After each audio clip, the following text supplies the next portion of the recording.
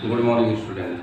बच्चों, आज के इस लेक्चर में हम लोग बात करेंगे कि वास्तव में यूरिन प्रोड्यूस कैसे हो रहा है किडनी के नेफ्रॉनिक पार्ट में। नेफ्रॉन का स्ट्रक्चर हम लोग ने देख लिया था।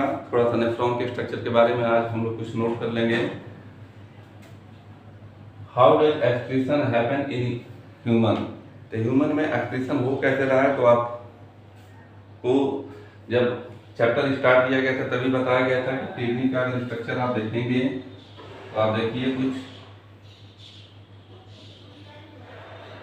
और यहाँ एक देखिए स्ट्रक्चर कुछ इस तरह का है, और इस दोनों पार्ट से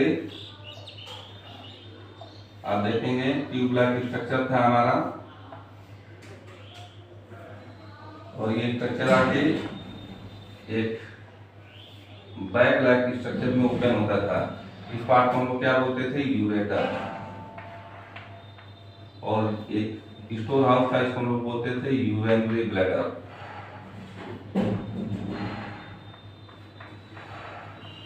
और इस पैसेज को हम लोग बोलते थे यूरेथ्रा। तो वेस्ट जो भी एक्सक्रीट होगा in the form of urine, आप जानते हैं यूरिन जो है इसके फॉर्म में जो आपका वेस्ट मटेरियल है वो ब्लड से फिल्टर होकर यूरिन के फॉर्म में डिस्चार्ज हो जाएगा।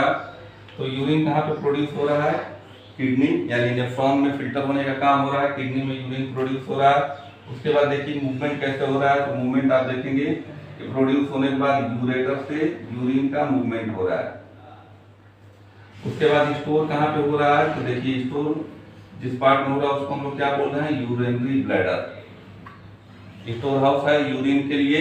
और उसके बाद यहाँ पे आप देखेंगे कि मसल यहाँ पे कुछ होते हैं, ये मसल, इस मसल्स में कॉन्ट्रैक्शन होता है, और कॉन्ट्रैक्शन होने के बाद इस यूरेथ्रा से क्या होगा, जो आपका यूरिन है ये पास आउट हो जाएगा। इस सीक्वेंस को आप याद रखिए कि किडनी से यूरेटर, यूरेटर से यूरिनरी ब्लैडर, और यूरिनरी ब्लैडर से यूरेथ्रा के थ्रू क्या हो जाएगा, पास हो जाएगा।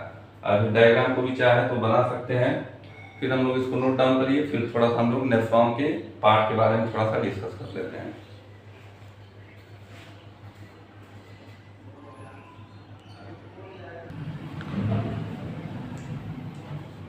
चलिए स्टूडेंट, देखते हैं कि यूरिन फॉर्मेशन प्रोसेस में क्या हो रहा है। तो यूरिन फॉर्मेशन प्रोसेस में आप देख रहे थे कि जो नेफ्रॉन वाला पार्ट था हमारा,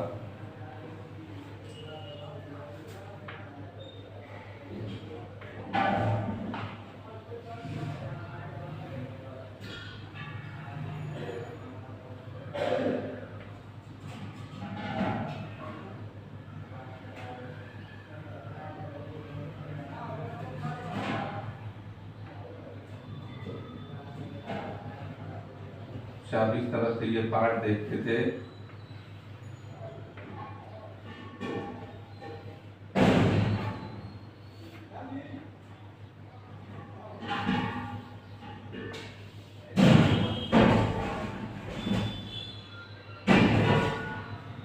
बाद में आप देखेंगे इस तरह से कुछ स्ट्रक्चर हो जाएगा।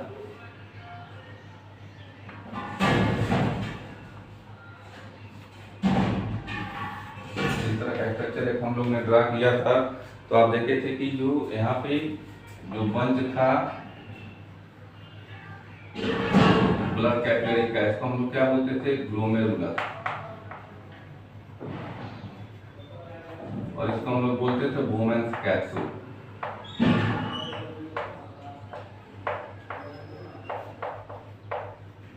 फिर हम लोग इसको पीसीटी, इस तरह का नाम हम लोग ने दिया था, पीसीटी। ये था हमारा हेले लूप,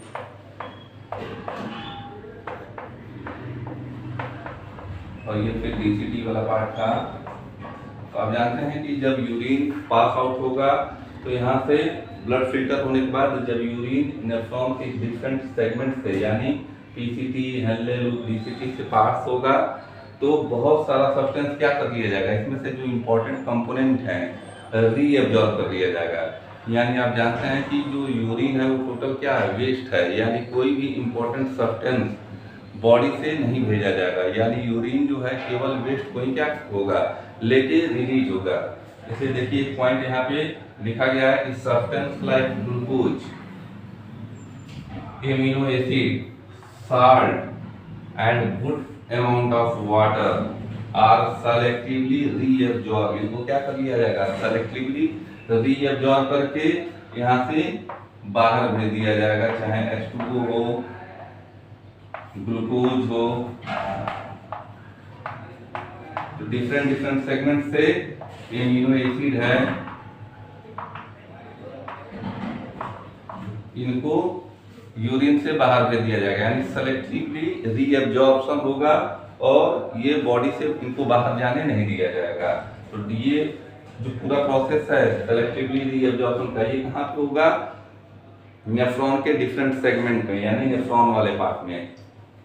दूसरा जो है ग्लोमेरुलस और बोमेंस कैप्सूल, ये याद रखिएगा, इन दोनों को मिला के, ग्लोमेरुलस और बोमेंस कैप्सूल को, इन दोनों को मिला के बोलते हैं हम लोग मैलपीजियन ट्यूब्यूल्स या मैलपीजियन कार्पस बोलते हैं।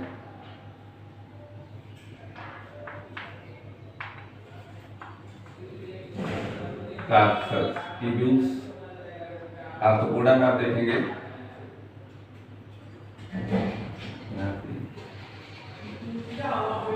मैलपीजियन कार्पस,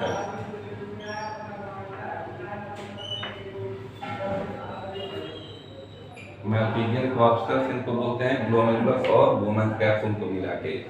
जबकि कभी क्वेश्चन पूछ लिया जाता है, आप आगे पढ़ेंगे 11th में कि मैलपीजियन ट्यूब्यूल्स जो है वो प्रेजेंट होता है आर्थ्रोपोडा यानी काकरोच का, काकरोच जिस फाइलम का मेंबर है उसमें उसका एक्सक्रीटरी स्ट्रक्चर है, उसको हम लोग बोलते हैं मैलपीजियन ट्यूब्यूल्स, और मैलपीजियन कार्पस हम लोग बोलते हैं बोमेंस कैप्सूल प्लस ग्लोमेरुलर फिल्ट्रेट को।